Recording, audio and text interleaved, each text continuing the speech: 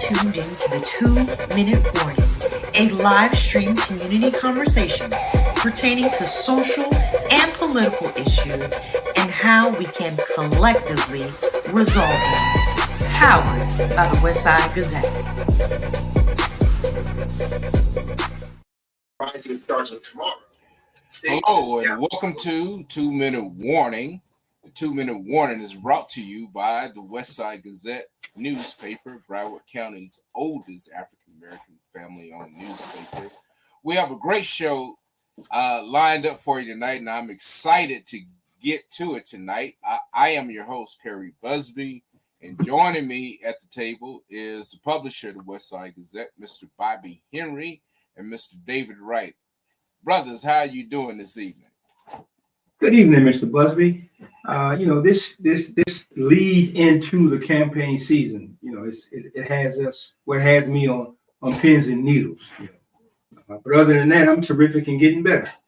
All right. And I must concur, my dear brother. I'm outstanding, but again, this campaign season coming out of Super Tuesday does bring some concerns. Some concerns, absolutely. Okay, well, we got a great show tonight. Our topic tonight is the first round batter up, and it is a great way to start off. Can't really say start off, but to really dive deeper into this campaign season. As you say, we just had Super Tuesday, which was the presidential primary. And we know in a few months, in August, we'll have the primary for each party primary coming up. So definitely want to keep our listeners aware of what's happening, aware of who is trying to, who wants to get our access. Is really the best way I can say it, because that's what they're asking for. They're asking us. I misunderstood what you said. Yeah. You say access. Get our asks, ASKS, right? Not asses, right? Well, we've had enough of that other. But and I'm glad we can laugh, because that is this is some serious times. Yeah. And Perry, I don't take this lightly. I'm kind of glad that you made that Freudian slip, if you will. when it gets serious, things get tight. Right. And you get ready to fight. Right. Yeah, we get a little agitated when people, speak their political views. And then, Perry, also, we have the party's conventions coming up this summer as well. And that, exactly. As we've known, I mean, if we can count back a few years, I think it was the late 60s, we had some turmoils at some of these, conferences, these political conventions. And one comes to mind to me is, I'm sick and tired of being sick. Yeah, that's right. I mean, it's that time to rise and shine and make your position known. So I'm excited. Kind of like you said, a little answer, but excited.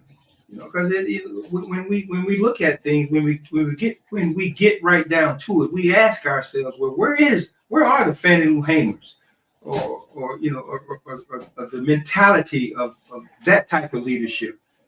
So, man, it's some trying times. Yeah. But Harriet, go ahead. Go ahead. Well, in our conversation earlier this week, we want to explore a lot of political opinions this year on the show. We want to bring people on that bring a diverse view of their position and why, and what they've learned and grown, especially some of our younger people in middle age, what they've learned and grown in their political experience. So I'm excited to share with our viewers that really look forward to some really in-depth conversation dealing with different views. Yeah, from both ends. Right. Because always in chaos, there's always opportunity.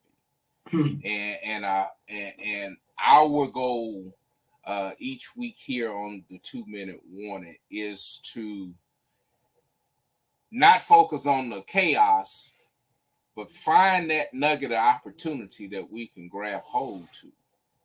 And as you said, David, for me, voting is just not some celebrated right. It's a time for me to be strategic about not just my opportunity, but the opportunity of my granddaughter and my children and those who I don't know. So it's not just, sometimes I think we focus on the celebration of voting and we look at this opportunity, but somehow we overlook the strategy that underpins this voting.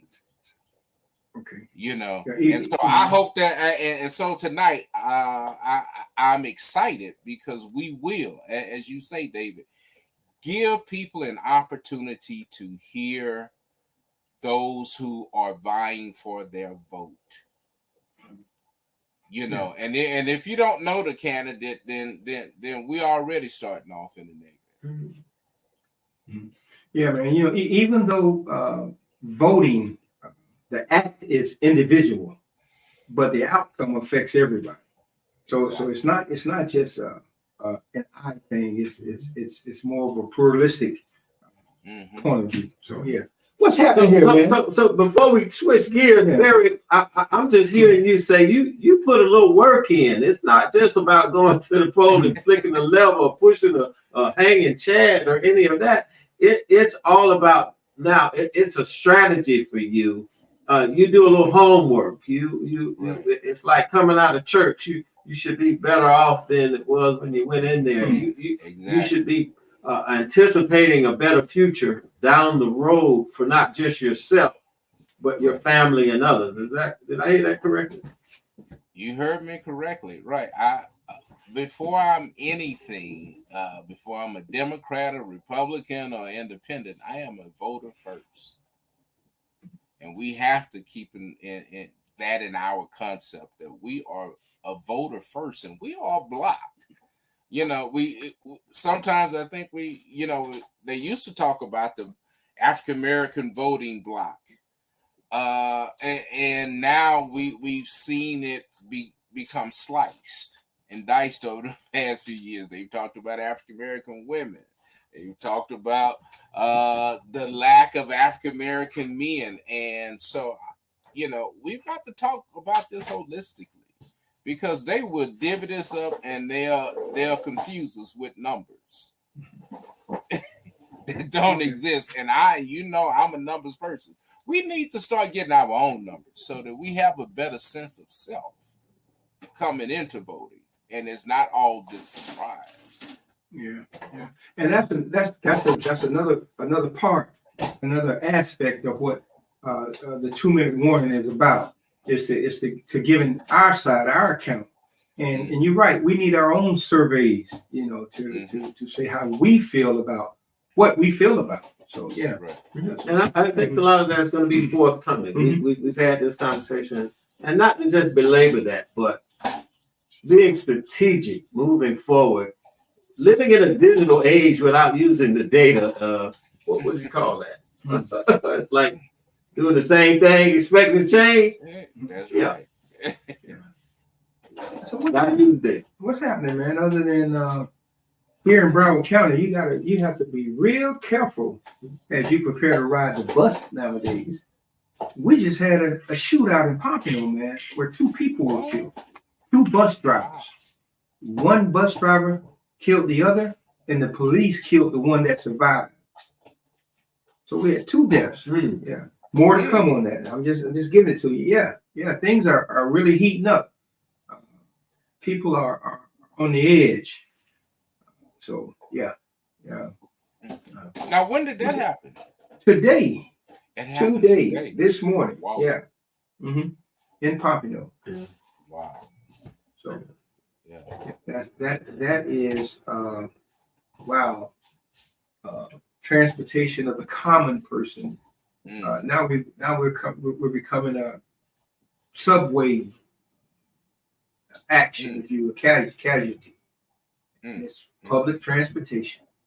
Yeah. So And you know, I had an opportunity. I was in the barbershop last week and had an opportunity to talk to a retired transit worker, someone that drove the bus for over 30 years.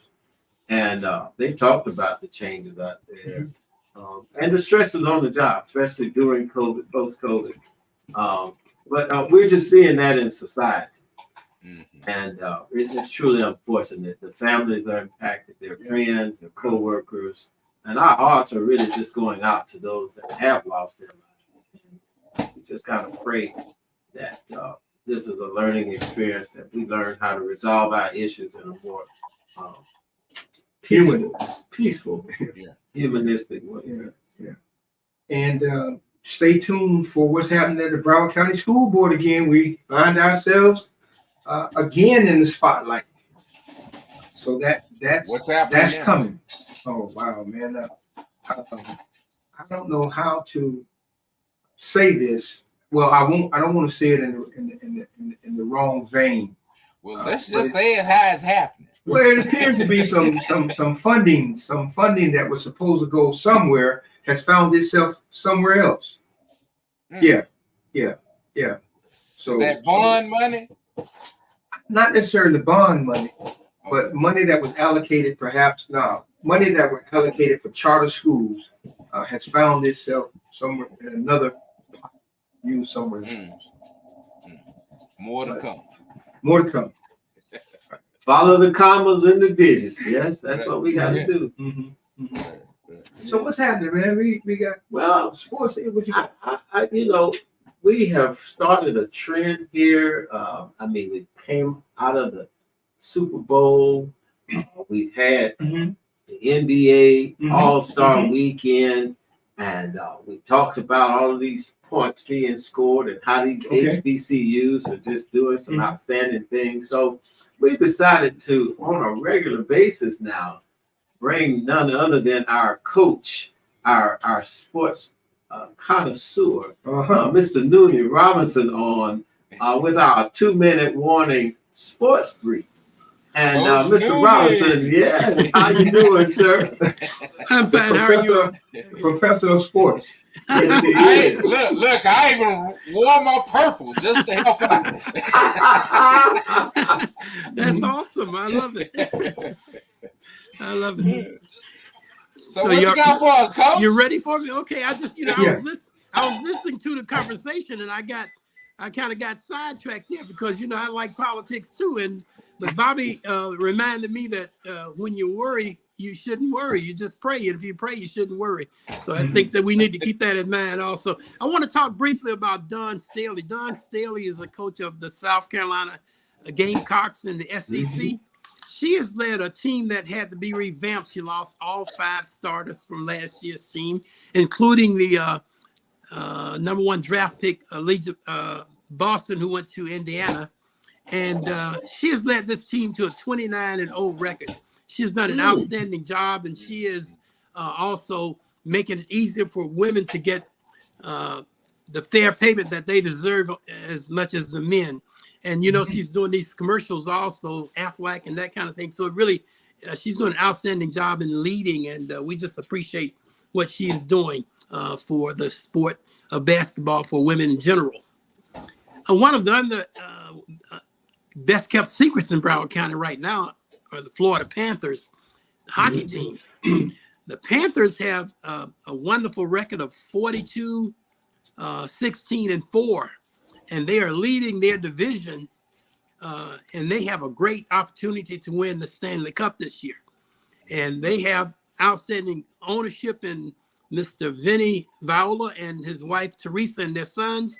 And what they've done is they have, and it was in the paper this week, the West Side Gazette, they are renovating War Memorial so that hockey can come to the east side as well as it is out west, and hopefully improve diversity among hockey fans and even players. So they are setting the standard for diversification and honoring Black History Month also. Did you know that Howard University has established the first figure skating team, HBCU? That's an awesome accomplishment. They're supposed to be competing right now. We'll check on that later, but they are the first HBCU to form a figure skating team in competition. I think that's another outstanding achievement. Also, we have, you've heard of the Orange Blossom Classic, right, gentlemen? Orange, normally it involves one team, particularly from Florida. Y'all know that team, the Snakes, the FAMU, right? Well, they're doing something a little different this time. It's going to be unique, and the attendance was not that great. The last 2 years, it was not what everyone expected when Jackson State and FAM played the last 2 years. Well, this year, the game is going to be played between North Carolina Central. That's my dog. I apologize. Somebody's coming, apparently. North Carolina Central and Alabama State University. And they are having a webinar on March 13th at 7:30, a Zoom meeting, so they can really talk about that game and try to get it hyped up, so that should be pretty interesting. That's March 13th at 7:30. So keep that in mind.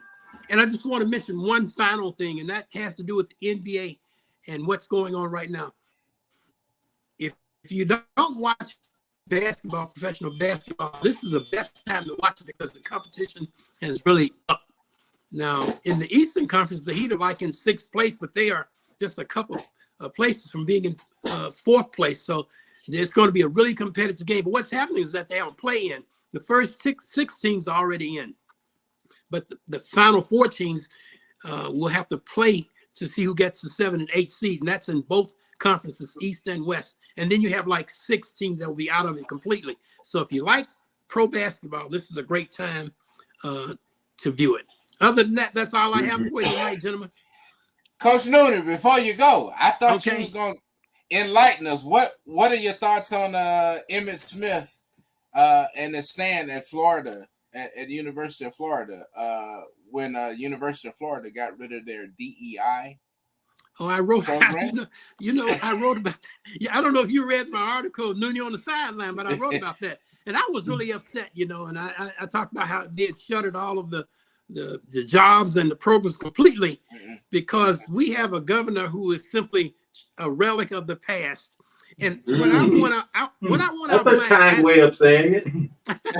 I want our black athletes to at least consider the idea that they have options, that if they could just forget about some of the glamour of the PWIs, the stadiums and the money and the women, and think about HBCUs and what they can offer them.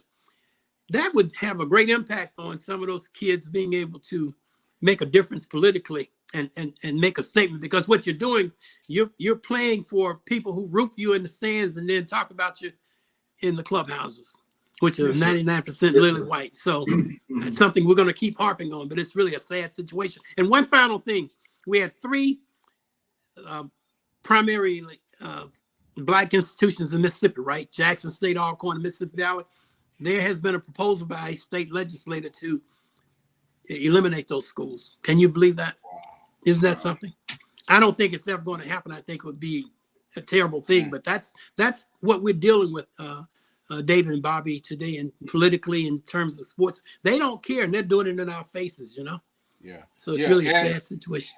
And isn't Jackson State on some land grant money that's overdue? I really don't. I don't know, David. I can't. I mean, Perry, I can't speak on that. I'm not sure. Yeah. Right. Mm-hmm. But thank you so much, and we'll try to do better next time. All right. Y'all have a great show. Right, Professor. All right, Coach. All right. Okay. That's some good information there, Coach. Yeah. And what a segue, so that we can kind of just move right on into the show, because I want to go ahead and introduce our first guest tonight. Gentlemen, is that okay? Sure, go ahead. All right. Well, our first guest tonight is no stranger to South Florida. If you live in South Florida, you've probably seen this young lady or have been around her in some capacity or another. Her name is Catherine A. Minnis. Catherine A. Minnis is president and founder of the Minnis Group, a business consulting firm advocating for small, minority, and women-owned businesses, providing public relations and social media and political campaign strategies. Now, there's a whole lot to this bio right here. And before I get into it and dwell into all of it, I want to go ahead and bring Miss Minnis on because I think she can tell her listening audience better than anyone. Miss Minnis, how are you? I am wonderful. How are you, Mr. Wright? We are doing well, doing well. Welcome to the 2-Minute Warning. Thank you. It's an honor and a privilege to be here with you, gentlemen. So go ahead and kind of embellish a little more on that. Tell us a little bit about you, about a 30-second elevator speech. That's gonna take a 10. Well, no, 3 score. Yeah. Born and raised in South Florida. My life started in Hallandale Beach. Well, what they call now Hallandale Beach. I know it as Hallandale. And then, my family moved and purchased, my father built all our homes and built in West Park, what is now West Park. I knew it as Hyde Park and Cava Ranches. And then I moved to North Miami for about a year.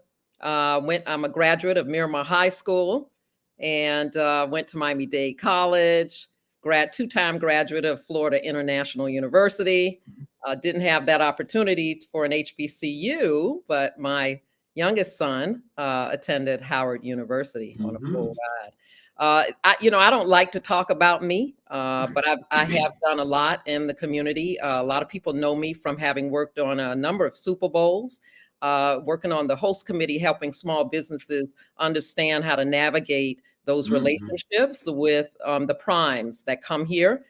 South Florida has had a number of Super Bowls, and I worked on the 2010 Super Bowl, which was probably the largest that they had engagement with a lot of the small businesses in our community.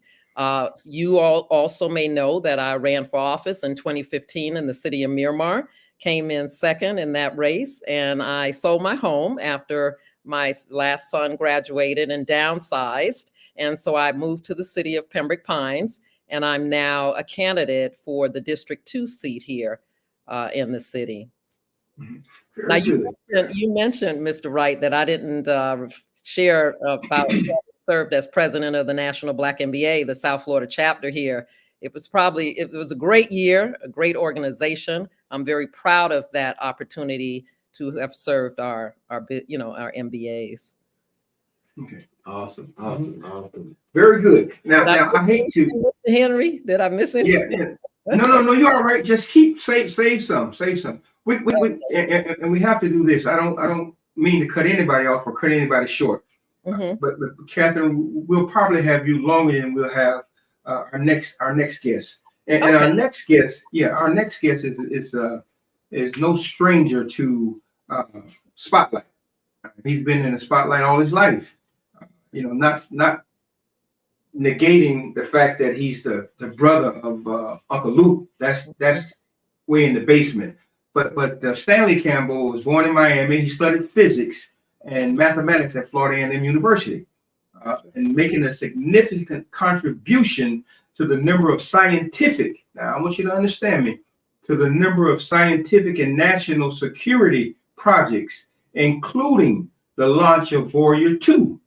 So this young man here is bright, okay? Really? And not only that, he went on to be involved with the TSA and the passenger screening system, as well as fulfilling his dream of becoming a Navy pilot. And now he's campaigning for the U.S. Senate, representing the state of Florida. So if we can have Mr. Campbell come on, and I know you gotta, you're at a fundraiser and you gotta get back. So we thank you for giving us this opportunity. Well, thank you, and thank you for having me. This is a great opportunity for us all, because we're in the next 30 to 40 minutes, we'll get the State of the Union from the President of the United States. Yeah. And that's going to tell us some great things about the state of Florida and about the nation as a whole. So I'm really glad that you guys were able to fit me in for the 2-minute warning for tonight. If we can, Mr. Campbell, and I know you're going to be running, a couple of things. One thing, tell us who you are, not what you do. tell us who you are, so we'll know who you are, not what you do. Well, I'm Stanley Campbell. I'm born and raised 1095 Northwest 58th Terrace and 11th Avenue in Miami, Florida. Miami is home to me, and it's home to a number of us who have migrated both through the state. Went to elementary school at Orchard Villa, went to middle school, and then high school at Miami Beach High. I left there and went on to study physics and mathematics, as you might have mentioned earlier, at Florida A&M University. So all of you all who did not get that HBCU grant, there's still some time. There's still some time.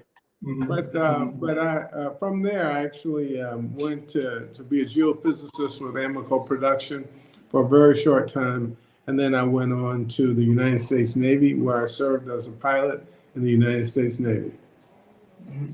You know, and Catherine, please don't go anywhere. We're gonna use them up as long as we can, then we're gonna get to you. Okay, if we can, of all the things you've done in your life, Stanley, everything that you've accomplished, why now the United States Senator? Well, you know, I've as you guys have mentioned, I've done a lot in my life. I've got a lovely family, married 35 years to a wife who is actually in the Biden Harris administration. And for me, I was on the way to graduating. I have 3 golf courses and 14 patents. So, you know, I thought that life was doing very well. And then we got hit with COVID. And I got a call from my brother, that lovely brother that you just referenced. And he told me that Opelika had 4.5% vaccination rates, while Aventura had 84% vaccination rates. And that is a very, very dynamic move, because we all know the difference between those 2 areas. So I came down because he was actually calling me for me to refer him to someone. And that was the individual or the company that built the MyVax system, because he thought that would be something that could help. Well, I toyed with him a little bit, because it was actually my company that built MyVax. And having jousted a little bit with my brother, as it wound up, we wound up coming here 4.5 years ago to actually put in place a system, because the system that was in place had 21% of the state's vaccinations issued, the medications issued to publics. And then we had, if you were in Miami, if you were going to get vaccinated, you had to have a Twitter account. And that's from Jackson Memorial Hospital, the 3rd largest hospital in the country. And so with those kinds of things, we had an opportunity to make a difference in our communities. So we came down, we put the systems in place. We actually had direct communications with Florida Shots, and we actually put that system in place. And not until we pivoted to helping farmers and people in the rural area did the governor then decide that this system that was working so well should now be illegal. When I look back at the things that happened to me and to people who were like me through those 4 years, I could not sit on the sidelines any longer. I had to get in the game, because yelling at the TV is just not an option. If I can do this, then I'm gonna back off a little bit. If I can do this, this show tonight is our first in the upcoming series as it pertains to politics. We have 2 individuals, and Miss Minnis, we're not gonna count the first time that you did Miramar. That we're gonna put that aside. And Mr. Campbell, your first time coming to this event. So we have a bunch of firsts here, and we want to make sure that our listeners are really in tune to what we're trying to do, so they can get a chance to really, for this brief time, to feel you, if they can. And that's what we're trying to do. So, and Ms. Minnis, thank you so very much for allowing me to try to get Stanley while we can. Sure. Okay. Mhm. So in saying that, Ms. Minnis, let's just let our viewing audience know who you are. You want me to share again my humble beginning? Well, what drives you to run for office? Well, I'm a 33-year local government employee, having retired recently. And what drove me to run this time, I've been in the city since 2019. I've requested to serve on some committees in the city and was never responded to. I actually requested twice and had a face-to-face meeting with the commissioner that serves my district. And I was told that I would not find the opportunity to serve in that capacity challenging. And it also made me want to run when I saw a local business here that was faced some racial tendencies. The restaurant is called Brandon's Bistro. And a gentleman came into the restaurant and asked them if they didn't speak Ebonics. And they also felt that they were looked at differently. But someone accused them of being over capacity in their restaurant. The fire department came out. They were limited to the number of days they could operate, their business here in the city. And that's just not the welcome I feel that a city, should give to people of color. We live here, we work here. My grandson goes to school here, just a block up from where I live. And if we can spend the dollars on the residences, I live in a condo now, but if we can bring our businesses here and find the city, the place we want to have those businesses, then we need to have representation on the dais. I will tell you, Mr. Wright, that the city was incorporated in 1960. There has never been anyone of color to serve in any capacity, in an elected capacity. This is a good point, and I got to jump in here. To both of you, the climate of America is such. The state of Florida is such too. Tell our listeners what's at stake for Floridians, and why would you be the best candidate for the position? And for you, Mr. Campbell, knocking Rick Scott out the way, and for you, Ms. Minnis, that to address that situation where feeling unwelcoming seemed to be the norm of the day in that city. Yeah. Let's start with you first, Captain. Well, I can assure you, the economic disparities associated with business in the state of Florida are just atrocious. We've got the Small Business Administration under attack as we know it and as we see it, and we've got to do something to address that. Medication. We have two governors in a row that avoided the Medicare expansion, and Medicare and Medicaid are two of our nation's most varied healthcare systems. And those, but for the fact that the Biden and Harris administration has expanded funding into the Affordable Care Act, we would have hundreds of thousands of people off benefits. And we still do have too many off benefits right now. The Social Security, we've got a senator who actually not just the fact that he is against Medicare and is trying to close the Medicare system, but he's actually got a 6-point plan to sunset Social Security. And so many of our adult elderly use Medicare, Medicaid, Indian Health Services, DOD, and VA healthcare systems, as well as the Social Security system, just to make ends meet. And so when we look at ourselves and we look at what comes directly into our community, things like how our neighborhoods are policed, and then how, as Ms. Minnis has said, how we're looked at in our own communities where we pay taxes, where we live, where we work, where we recreate. We have got to be made whole.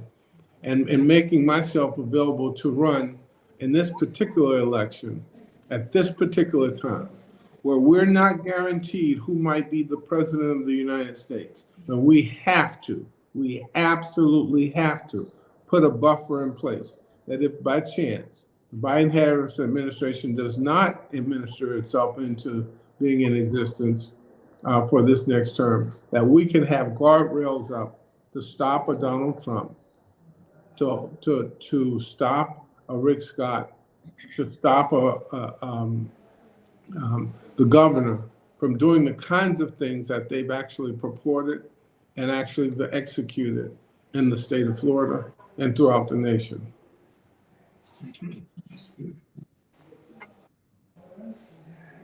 Catherine? Well, I heard you mention earlier about the opinion on the University of Florida getting rid of the DEI. Well, I represent what those demographics are for the city of Pembroke Pines. The Black population is 21%, and the white population, which is mostly Hispanic, is 30%. And while I don't speak full fluent Spanish, I speak enough that I can represent all people. And the inclusion that's necessary for this city, that's me. I'm a woman. I'm born and raised here. The incumbent is not from here. He's from Philadelphia. And I'm in a race with a Hispanic as well as an Anglo gentleman. And I believe that I bring what is needed to represent the demographics of the city. Okay, this might be a good point. If that video, Ms. Minnis? Yes. Mm-hmm. I was talking to the production manager. Let's see if we can do this. Okay.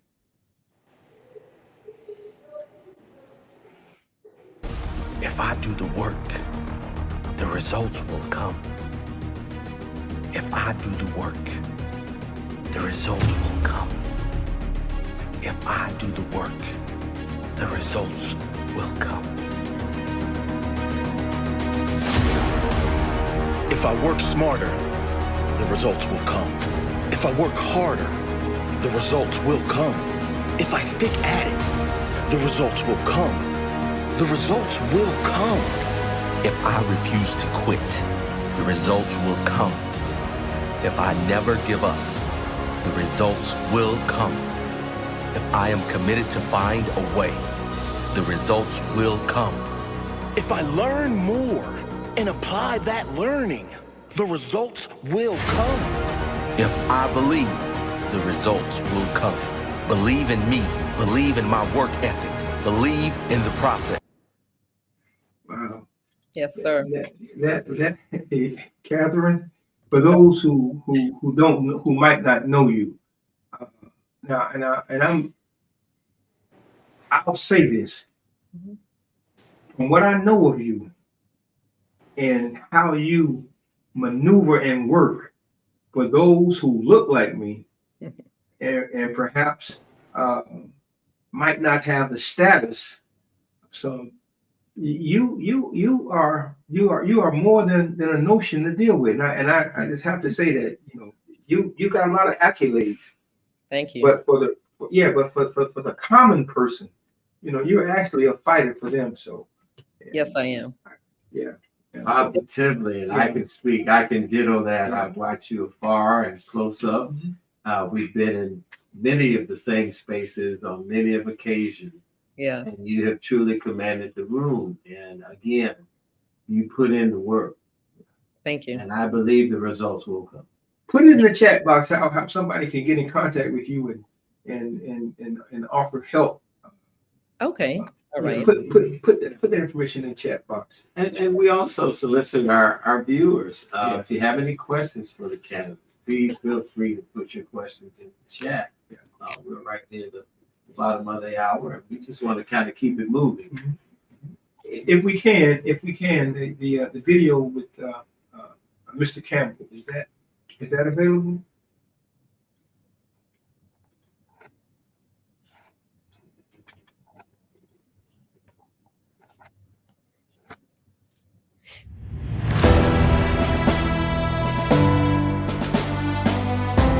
Hello, my name is Stanley Campbell, and I'm running for the United States Senate in the great state of Florida. Many of you may wonder why I might think that a rural farmer would vote for me for the United States Senate. Well, I'll tell you, I've been married for 35 years to a woman who inherited a farm that's been in her family for over 100 years. I have 220 acres of farmland in the state of Florida, and they call it a golf course. But on that course, we buy fertilizer, pesticides, and herbicides. 400% increase in the cost of fertilizer, 500% increase in the cost of pesticides, and 500% increase in the cost of herbicides. That's what we see in the state of Florida. That transitions over to higher costs for tomatoes, higher costs for cucumbers, higher costs for sugarcane, and higher costs for watermelons, and everything else that we grow in the state of Florida. It is critically important that we actually know what impacts the farmer today. I bid what is called Spectrum. That is the electronic infrastructure that all of our technology, internet, TV, telecommunications, all runs on.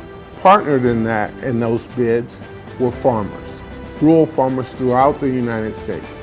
We were supposed to have access to 20% of the spectrum, which would have made available to us the abilities to implement those high technology, advanced technology implications associated with tractors, with drones, with remote monitoring, and other aspects that today's farm has to have.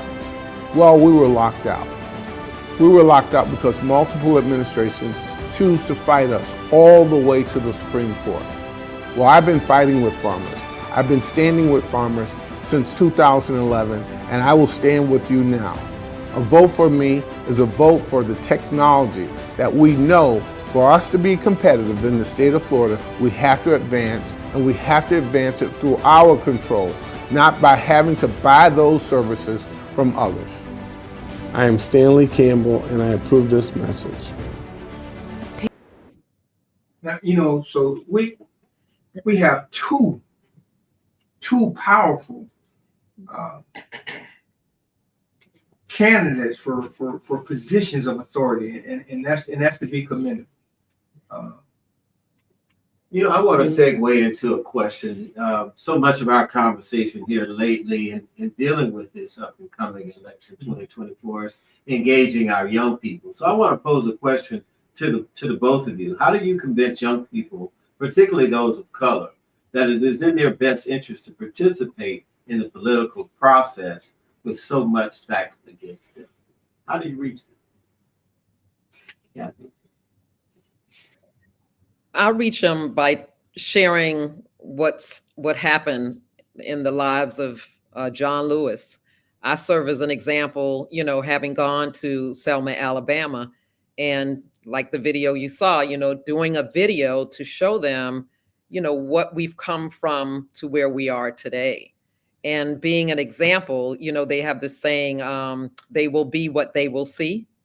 And so I serve as an example to them why they have to remain.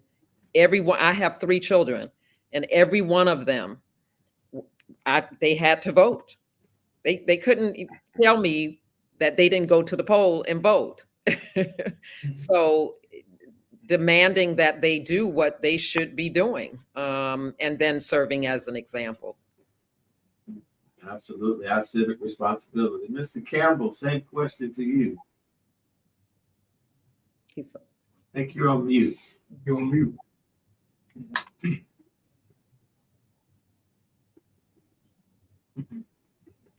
Okay, so we're not getting your audio right now, Mr. Campbell. We'll see if that can be.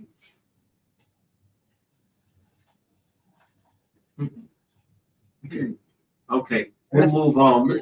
If I can just add, on each of my campaigns, I've given young people the opportunity to serve in different roles. When I ran, in the city of Miramar, I had the volunteer coordinator who was a student at Broward College to then work with high school students so they could get involved in the election process, so they understand and see big picture and know why it's important. And to this day, those same individuals talk about that experience from 9 years ago. So you're implementing. Go ahead. I'm sorry. I was just saying, you're implementing those civic studies that they didn't do in high school and middle school in today's young people. Exactly. Right. And on that note, Ms. Minnis, can you please explain to our audience just what the capacity of a commissioner does and how important that is to them in their life? I mean, because a lot of times people think elected officials do everything. And so to help understand where you fit in in the importance of their electoral candidates. So for a city commissioner seat, that's at the local level, and we are responsible for hiring the city manager that is responsible for making sure everything functions the way it should within the city. In addition, we look at the legislation. So just imagine you've got your manager level, and then you have your CEO level. So I'm basically responsible for looking at the legislation, coming up with legislation that impacts the city. I like to use this as an example. When I worked with Broward County, my last program was the construction apprenticeship program. Any legislation, any building that was being built in Broward County valued at $5 million or more, we wanted to make sure that the primes, those subcontractors and contractors, would bring on 12% of their workforce as apprentices. So how did we do that? We met with stakeholders. We got their feedback. We drew up the legislation at a $2 million threshold to start. And because it wasn't large enough, we raised that threshold to $5 million. And today we can see the outcomes of that with the hiring of apprentices on those jobs here in Broward County. So it's at that level. My children said to me, well, Mom, you've done that before. You've already run for it. Why are you doing this again? Well, there's another level.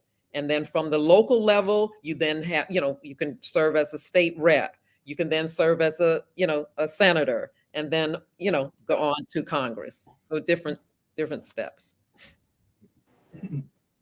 And we're going to post your information here so that the viewing audience can see it. And so there you go, candidate for Pembroke Pines Commission, District 2, nonpartisan, and your website there at Catherine Minnis for ppines.com. Thank you. Thank you so much. This opportunity, Mr. Henry, I have to tell you, since January, I've gone before about 7 groups, and there has not been anyone like any of you. And so it's an honor to be here tonight, to feel the love. Okay. Now, Catherine and Mr. Campbell, we must say this. Our show stays up, so people can go back and watch it at their leisure. Okay. So that's one good thing about it. Right. The other thing is, we understand what we're up against, right? We don't necessarily endorse on the show, but we want it to be, as I don't want to say nonpartisan, brother. No, but anyway, as real as possible. But Stanley, you were Mr. Campbell, you were getting ready to say something as it pertains to getting the young folk involved. You were getting ready to say. Yeah. So what I really love listening to Ms. Minnis. She's got a host of great ideas. And she is for real too. I got to tell you that. I'm serious. For me, I start with how I hire. So in the state of Florida, we probably have just short of 90 people. I've got 3 businesses here in the state. And I start hiring people in a way that when we hire and manage them, we manage them to be like us. When I have the country club as an example, the young lady who runs all food and beverage there started there 2 years ago with no degree, with no college experience, and now she runs the parts of the food and beverage. In my campaign, I did the exact same thing. I took for social media and media folks. Of course, they're gonna get it today because my volume went out. But I hired them from Broward County, graduate of Florida A&M University. They then, or she went and got 2 other students, and they actually run our social media, and they actually contribute into our website. We have to show them what they can be if they're going to be successful. It's just that important, and it's just that simple. Diversity, equity, and inclusion, however, when we in your earlier segments and I was watching, that becomes something that the state and the governor has actually moved into an area where we don't understand the value proposition of diversity, equity, and inclusion in a way that actually presents the viabilities of jobs and promotions and the like to our students. So for me, it's very simple. We have got to be able to participate and then have them see what participation looks like. We've got to be able to be equitable and inclusive, and we've got to be able to do that across the paradigm. I could sit in the state of Florida on any state financial board for any university in the state. I choose to sit on the board of Indian River State College. The reason is because if I was graduating out of Miami right now, I couldn't get into Florida A&M University. My parents might not even be able to afford the house they moved in when I was 5 years old. So I couldn't see how I could actually build me. Running now is important for all of these young people because they have to be able to know that they can actually build themselves and their careers in a way that does not bar them from doing anything. I chose not to be an astronaut because I figured out that I could be. I then moved to the next step. And that's really what we need these young people to see. They need to see that they can do and be anything in this country they want. Yes. They just need to work for it. That's it. And it's just that simple. Yes, and Mr. Campbell, DEI affords them that. And to separate that in this state, I think it's going to come back to bite us in a way where we're going to miss out on a lot of great talent. But in the long run, my prayer is that it really comes full circle and they'll make good on the what they tried to destroy. Yeah. And I know, Brother Busby, this is right down your alley. well, I want to tie that into Mr. Campbell's presentation that we saw, especially as it relates to farmers and the importance of that. I think there's a little bit under 45,000 farms in Florida. How many of those are black and how many of those are small farms? Because we see that, agribusiness is pushing out the smaller farmer. So I really would like to get your input on that, not just as a small farmer, but as a black farmer, and even as that relates to the food deserts in our communities and how we can. Well, Mr. Busby, that is a great question. And believe me, I have no idea how y'all got that video because that video is for a whole different market. But I'm glad we got that video because there are not a lot of black farmers but there's a great number of small farmers, a great number of small farmers. And the reason that video is so critically important is because the value proposition of spectrum. Now, I wasn't really going for spectrum for farmers. I was actually going for spectrum for the Black and brown neighborhoods. But it's the same spectrum. And so what winds up happening is when you put that bid in, they saw one African-American bid, one. There were two farm bids, and there were no Hispanic bids, no woman bids. So I basically should have walked away with be someplace between 10% of the spectrum. That should have been the number. 10% of the spectrum is bigger than Paramount. Two different administrations could not have that happen because now we get to communicate at every level. Right. We get our own internet. We get our own, basically you name it, our own TV. We get our own radio, and we get to operate on farms. That is every place in the United States enterprise for economics. And guess what? Now my kids won't even get an opportunity to bid that. And as we move in with the tax on diversity, equity, and inclusion, these are big issues. These are big problems. And these are problems that should have been governed, because it wasn't just a fact that somebody put a set aside for 20%. There was a reason for that. The reasonings were very powerful and very critical. And that's why we actually have to get in the game and run. Ms. Catherine and I love the fact that you're running, but we've got to get every single seat in this state. We've got to be able to run, and we have to be able to win. We have a very small window. We have women's health issues on the ballot. That's going to move 6 to 8%. If there is a place, in any place in this enterprise called Florida, that has 6 to 8% differentiation between winning and losing in the last election, somebody needs to be running, because we are going to run in the state of Florida and we're going to win.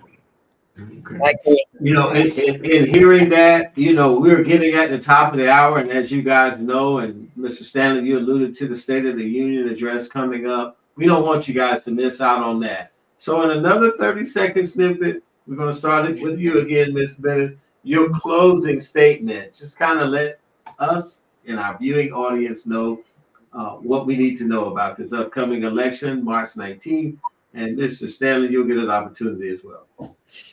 Thank you. The city of Pembroke Pines is about to have its early voting, which starts this Saturday, March 9th, and it goes through March 17th.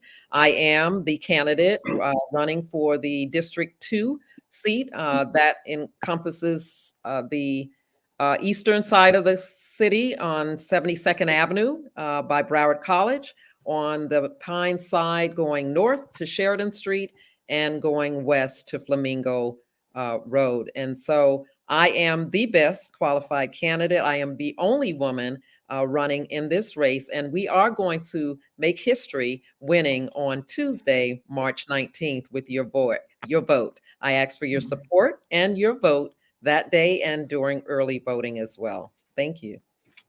Thank you. Great. Mr. Campbell. For me, I would like to thank Mr. Henry, Mr. Wright, Mr. Gazette, Mr. Busby, and Ms. Minnis, because I can tell you, I agree. This has been very active. It's been very involved, and those people over my shoulders are good looking. I really need your help. I need the help of every single person in Florida. The way we'll vote in March is the same way we're going to have to vote in August. we need to get you to our website, stanleyforflorida.com. From there, you'll see a number of other places to actually volunteer, to donate, and the like. But I can assure you, with many more of these, the 2-minute warning is going to be a successful program for a lot of people, because what you're doing is actually hitting the heart of our communities. And I thank you so very much. So thank you all for having me. Thank you. Thank you. Thank you. Closing. Okay. Yeah, this is how do you, we're not closing. We're only bringing the attention needed for us to get where we have to be. And Mr. Campbell and Ms. Minnis, we sincerely thank you. Catherine, you got a short window. So we have to get those people out to put you where you in the office you need to be in. Yeah. And Mr. Campbell, we can bring you back and talk more about that farming aspect, that technical aspect over in Belglade and Clewiston and that area. That whole sense of farming has changed, and it needs that you're talking about. So that's the reason why we slid that video in there, so you can go over to Big Sugar and get some of that money for your campaign. And I'm actually scheduled. I'm scheduled over there, and I'm not going. Take me with you. Take me with you. I would love to. I would love to. So, okay. Now, and on the other side of that, we have chosen to highlight Black businesses through our show. Is that video ready? So we're gonna go out with this video. It's with a business over in California, but it's one that will allow us and other small Black-owned media companies to perhaps have our own platform where we can engage a much broader audience and put the message out there. So I want to say thank you to all of you. And Ms. Minnis, I sincerely pray, because I know, I know the efforts you put behind the scene. When you came and served at an event, you were serving, and that meant a lot to us. And Mr. Campbell, we look forward to you really, flying the friendly skies of these United States. So Absolutely. yeah. Absolutely. So, and did we put your campaign, how we can donate to your campaign? Did we put that up there? Stanleyforflorida.com. Okay. Stanleyforflorida.com. Okay. All right. So Mr. Technician, As the nation approaches the countdown to election 2024, what's at stake emerges as the essential lens through which the political landscape is examined. Join host Neil Anderson as she guides you through this ever-evolving political climate. This country is in a very critical place right now. There are a lot of people that are going through a lot of emotional turmoil and mental turmoil because of the state of America. We're on a mission to connect with changemakers who are shaping the future of Blacks in this country. From seasoned politicians, regardless of whatever dollar amount we attach to reparations, it will never compensate for 400 years of slavery and bondage, to local leaders and the rising stars of tomorrow. What's at Stake sits down with those at the forefront of change to discuss the pressing issues, policies, and the historical significance of voting in America. I think young people offer such a diverse, multicultural perspective. Embrace the moment, be the change, stay informed, and be empowered with What's at Stake. Coming soon to the In the Black Network.